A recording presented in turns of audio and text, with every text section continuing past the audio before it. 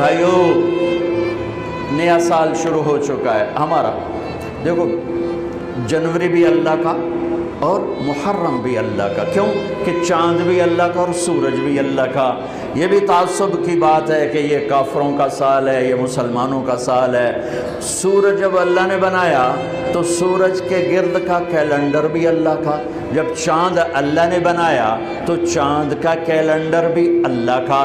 جب سورج اللہ کا ہے اور چاند اللہ کا ہے تو یہ سال ہو یا وہ سال ہو دونوں ہی اللہ کے ہیں. تقسیم ہے. اللہ نے اپنے محبوب کی امت کو چاند کے گرد گھمایا اور باقیوں کو سورج کے گرد گھمایا. لِتَعْلَمُوا عَدَدَ السِّنِينَ وَالْحِسَابِ، تاکہ تم سال اور مہینوں کا حساب کر سکو.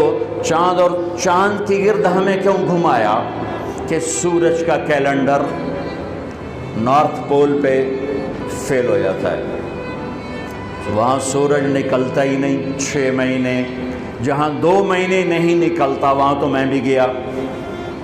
اس سے اور آگے جاؤ تو 6 مہینے سورج نہیں نکلتا اور 6 مہینے ڈوبتا نہیں ہے. تو سورج کا کیلنڈر نارتھ اور ساؤتھ پول پہ فیل ہو جاتا ہے. پتہ نہیں چلتا دن ہے یا رات ہے. یہ مجھے وہاں جا کے سمجھ میں آیا. کتاب پڑھ کے کبھی سمجھ میں نہ تھا. میں جب وہاں آخری دنیا کے کنارے پر پہنچا تو میں نے دیکھا وہ سورج کے گم ہونے کے دن تھے. سورج کے گم ہونے کے دن تو چاند چمک رہا تھا.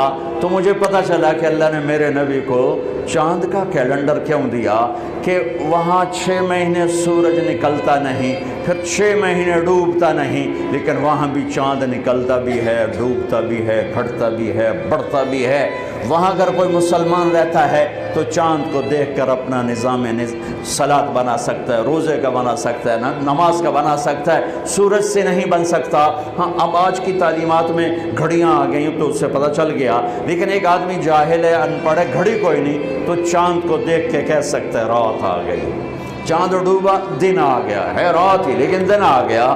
تو میرے اللہ نے اپنے محبوب کو چاند کا کیلنڈر دیا چونکہ آپ للعالمین ہے، رحمت للعالمین.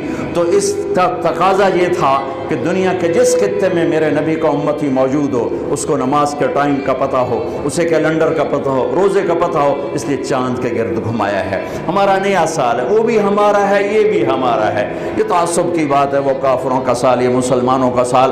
ارے چاند بھی میرے رب کا اور سورج بھی میرے رب کا. ہاں ہمارا کیلنڈر اللہ نے اس لیے گھمایا جو میں نے آپ کو وجہ بتا دی ہے. لیکن اس میں اللہ نے ایک ایسا واقعہ،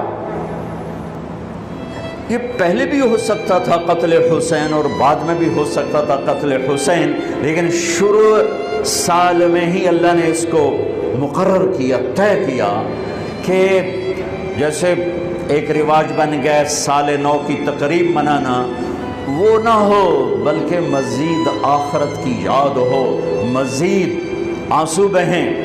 دنیا میں آج تک کسی واقعہ پر اتنے آنسو نہیں بہے. 1378 سال ہو چکے ہیں کربلا کے واقعہ کو، 1378 سال گزر چکے ہیں. کوئی سال اور آنسوؤں سے خالی نہیں گیا.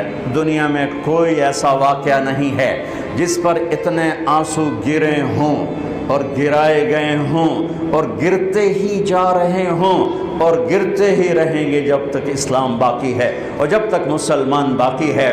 ایسا المناک واقعہ انسانی تاریخ میں نظر نہیں آتا جو لکھی ہوئی ہے. لکھی ہوئی کی بات بتا رہا ہوں. اور میرا خیال ہے جو نہیں لکھی اس میں بھی کوئی نہیں ہوگا، چونکہ انسانی تاریخ میں کسی نبی کی نسل ایسے ذبح نہیں ہوئی جیسے میرے نبی کی نسل ذبح ہوئی. نبی بھی راج دلارا، نبی بھی حبیب، نبی بھی لاڈ